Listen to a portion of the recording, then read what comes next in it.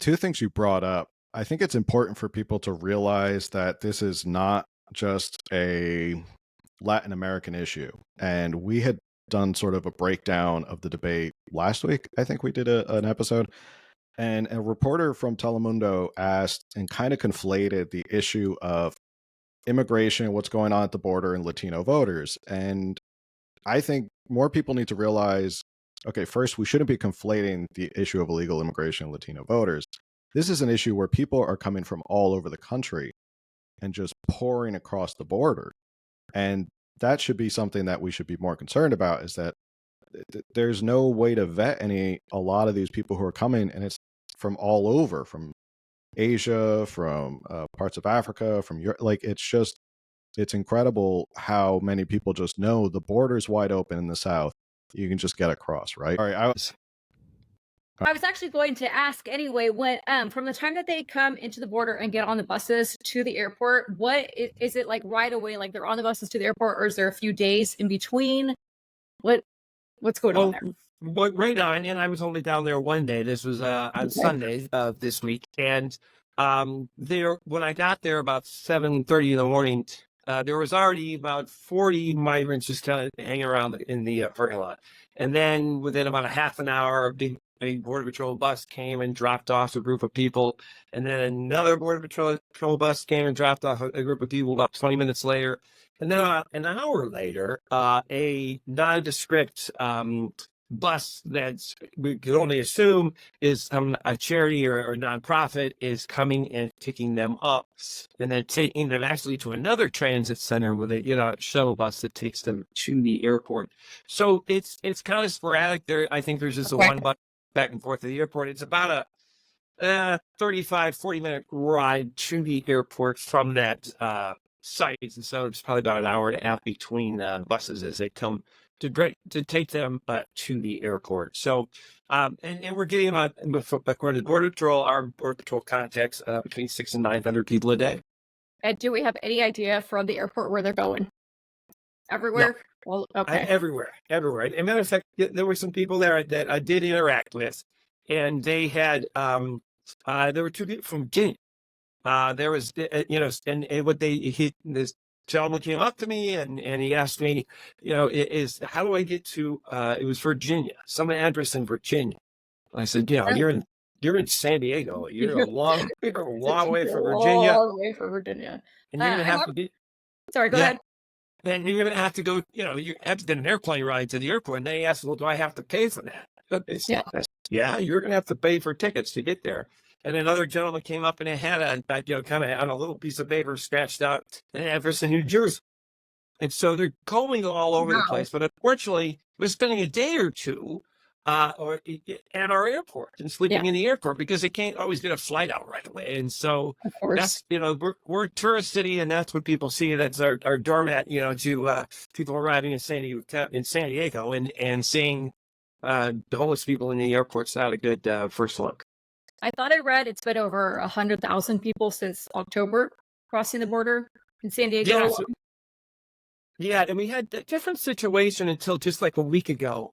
San Diego County, my peers, actually voted to fund a migrant drop-off center. Yes. And basically what it was we were their travel agent.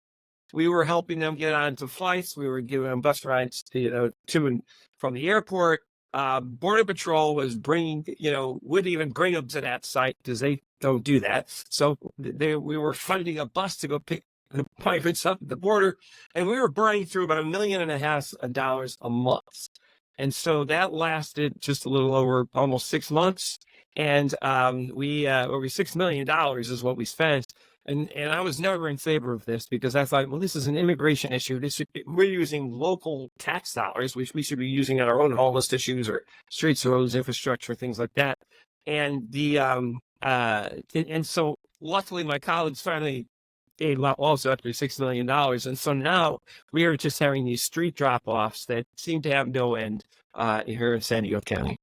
Phil sent me an article about that, so I'm sure he wants to get into that for a minute, but I'm not done, Phil, so just hang out. No, I'm just kidding. I want to make it like, this is going to sound sarcastic, but I'm kind of serious. And let me preface it by saying that because, there's typically like there's a split that people like in generalizing, not every individual, but on the right, we are for border patrol and we typically are accused of like, oh, you don't believe in climate change and taking care of the earth. Whereas, on the left, the people are screaming, no, we need to bring these people in. We need to help them open borders and also, save the planet.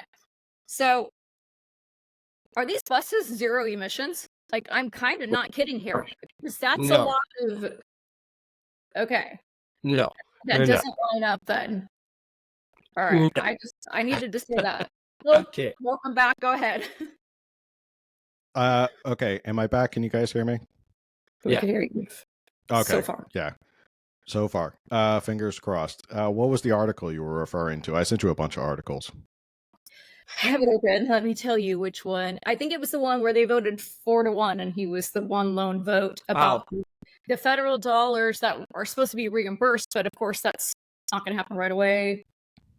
Well, and what it was Trump. the my colleagues brought forth an agenda item in their last board meeting to try to set up a federally funded migrant drop-off center in the county of San Diego, and because primarily we were finding one for a while, and I just I think we're just being complicit to a broken system.